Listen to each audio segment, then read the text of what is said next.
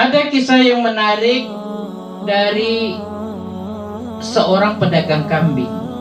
Ini kisah nyata. Pedagang kambing itu bercerita, seperti biasa setiap menjelang hari raya kurban, dia berdagang kambing, buka stand kambing. Nah, dia katakan orang-orang yang membeli kambing untuk berkurban itu dari penampilan saja udah kelihatan orang mampu. Pakai mobil atau pakai motor yang bagus, ya. Terus kemudian dari segi penampilan pun kelihatan orang yang mampu, ya, kelihatan dari pakaiannya. Tapi ada seorang ibu pakaiannya lusuh, mau beli kambing. Cara bertanyanya pun berbeda. Dia tanya, "Bang, mana kambing yang paling murah?" Jadi kata pedagang kambing ini spontan, saya tunjuk seekor kambing seharga 1.700.000. Itu ketelepasan. Dia menyebutkan harga itu rendah. Kata ibu itu,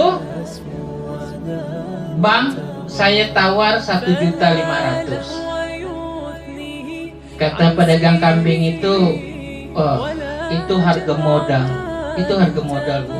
Bagaimana 1.600.000? Nah, disetujui 1.600.000. Nah, dilihat ibu ini tidak ada bawa kendaraan. Akhirnya pedagang kambing ini, dialah yang membawakan kambing itu. Dia pesan kepada anaknya untuk menjaga stand kambing itu. Dia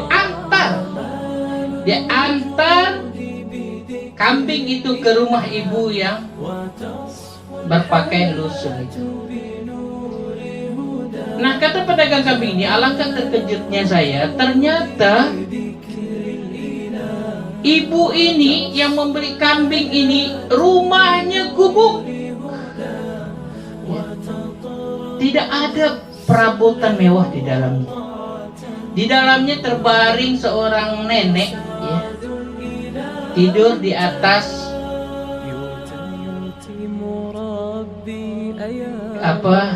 tikar pandan. Nah, setelah mendekati rumahnya, si ibu ini teriak,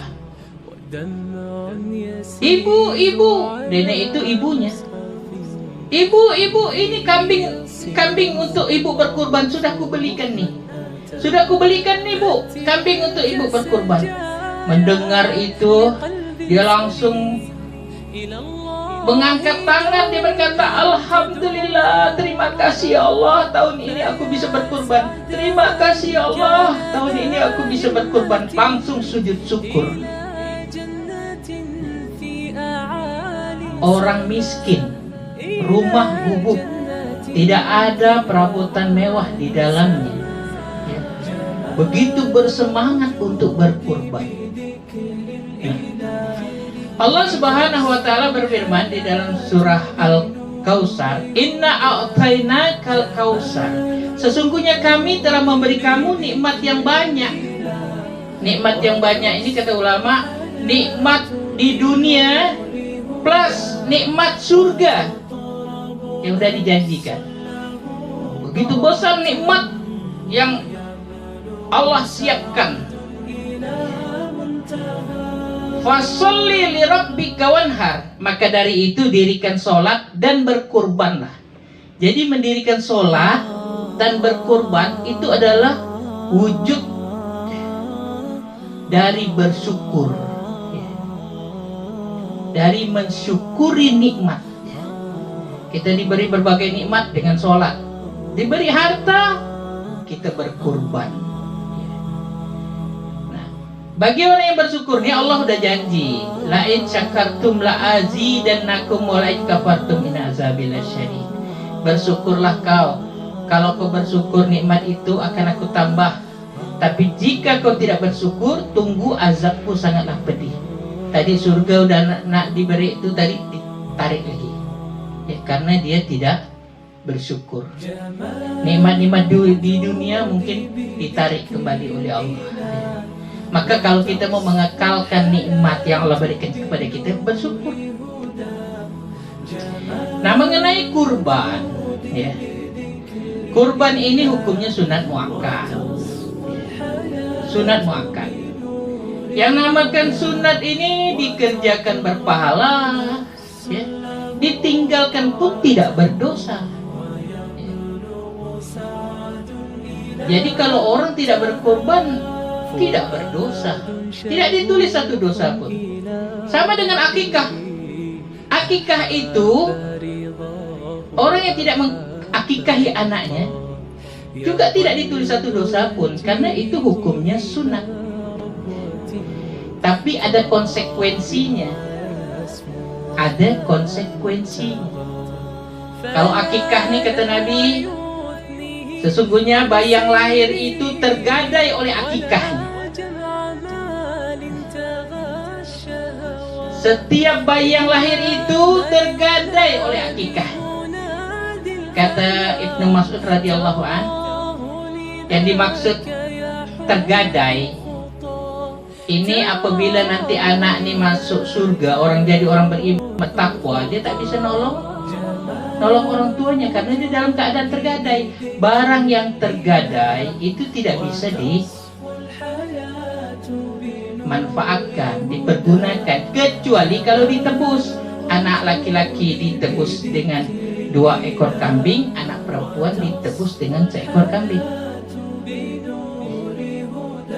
Nah, bagaimana kalau tidak mampu? Kalau tidak mampu, ya kita tidak diperintahkan untuk mengakikahi anak, dan anak tidak dalam keadaan tergadai. Ya. Hanya di sini ulama berbeda pendapat. Ada yang batasnya 21 hari. Selewat itu kalau dia masih tak mampu, dia udah tidak diperintahkan lagi. Ada yang sampai akhir balik, ada yang seterusnya. Itu ulama berbeda pendapat. Nah, begitu juga kurban. Kurban ini hukumnya sunat, tapi ada konsekuensinya. Kalau tadi akikah ya, konsekuensinya dia harus masuk surga dengan amalnya sendiri, karena anaknya tak bisa nolong, anaknya tergadai ya. Dia tidak berdosa tidak mengakikah, tapi anaknya tidak bisa menolongnya. Nah, kurban, kata Nabi, barang siapa yang mampu berkurban, dia tidak berkurban, jangan dekati tempat sholat kami. Artinya ini tidak disenangi oleh Rasulullah.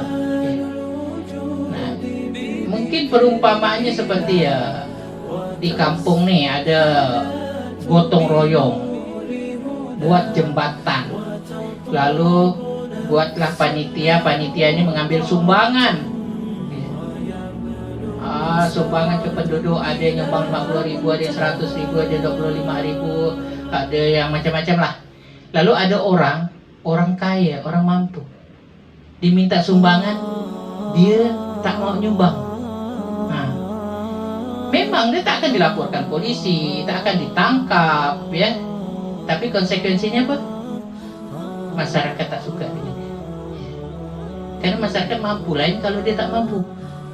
Mampu dia nyumbang tapi tak mau nyumbang, ya kan? Nah, jadi begitulah. Jadi kurban ataupun akikah ini memang tidak berdosa kita untuk tidak berkurban atau berakikah, tapi ada konsekuensinya ya. Ada konsekuensinya ya. Dan orang yang berkurban ini, ya Allah, orang yang bersyukur, nanti nikmat Allah tambah, janji Allah tuh. Nah, terus kemudian dihapuskan dosa-dosanya sebanyak bulu yang ada di hewan itu, berapa banyak tuh ya kan? Nah, kalau kita berkurban ya, walaupun dengan seekor kambing ya, kita kepala keluarga saja yang berkurban, itu satu rumah udah dianggap berkurban. Nah, kalau sapi itu ada untuk 7 orang, kita kepala keluarga masuklah patungan salah satunya, maka istri, anak, semua yang ada di dalam rumah itu, keluarga kita itu semua dianggap berkurban. Nah, jadi inilah supaya jangan disalahpahamkan. Oh, sunat lalu mereka tidak berkurban. Hati-hati, ada konsekuensinya. Ya, ada konsekuensinya. Ini yang harus kita pahami.